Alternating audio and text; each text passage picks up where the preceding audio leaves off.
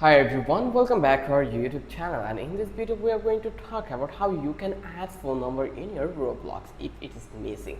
So without any further ado, let's get started. So first of all, you just need to click over here to the gear icon, then go to the setting, and actually you will get the options account info, and here you will see the options where you can easily add your phone number. But there is some fortunate things happen in here, like when Roblox will allow you to add phone number, then actually you will see that phone number options in here.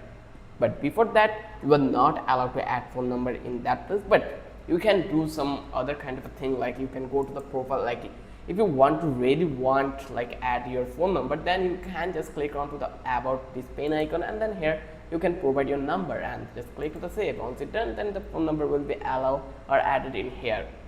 So you can actually try this method if it is necessary for you to add phone number in your Roblox account.